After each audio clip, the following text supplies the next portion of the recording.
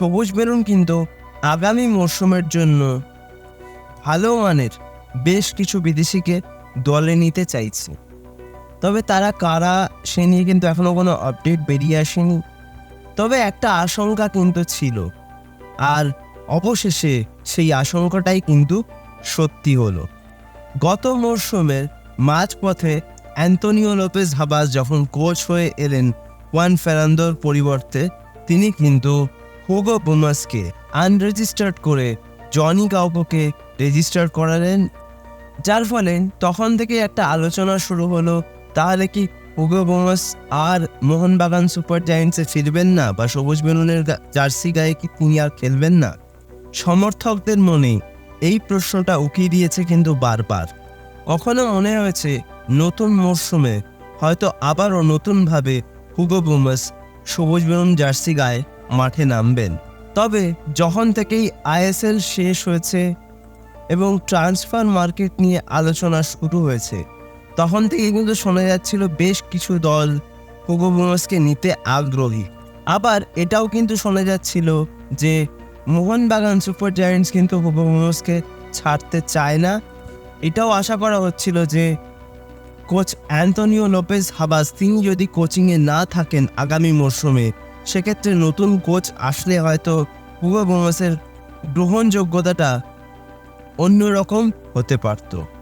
তবে আগেই যেটা বললাম যে এর মধ্যেই কিন্তু বেশ কিছু আইএসএল টিম তাকে পাওয়ার জন্য চেষ্টা চালিয়ে গেছে। তবে সমস্যা হয়তো একটা জায়গাতেই ছিল, যে তার সঙ্গে কিন্তু এখনও 2026 সাল পর্যন্ত খুব সম্ভবত চুক্তি রয়েছে সবুজ বেলুনের। তো সেক্ষেত্রে যে দলই তাকে নিতে চান না কেন, তাকে কিন্তু একটা বড় অঙ্কের ট্রান্সফার ফি দিতে হবে।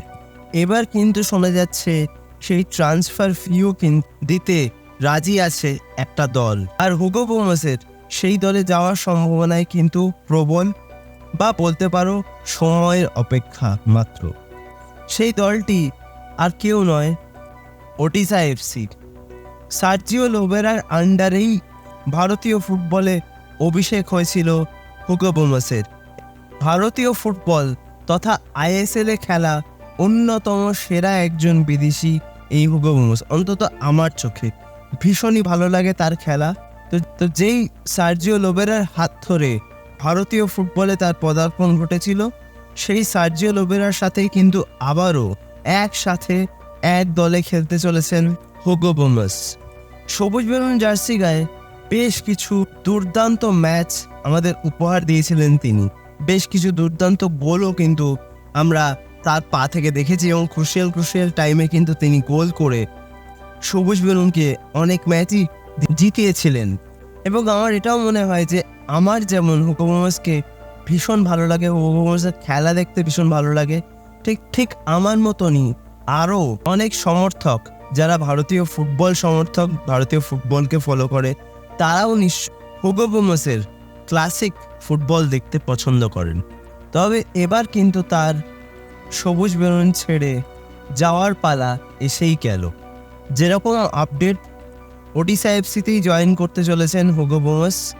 ডিলটা মোটামুটি কনফার্ম হওয়ার পথে, এখনও অফিসিয়াল অ্যানাউন্সমেন্ট যদিও আসেনি, তবুও যেটা শোনা যাচ্ছে এই ডিলটা কিন্তু অলরেডি হয়ে গেছে।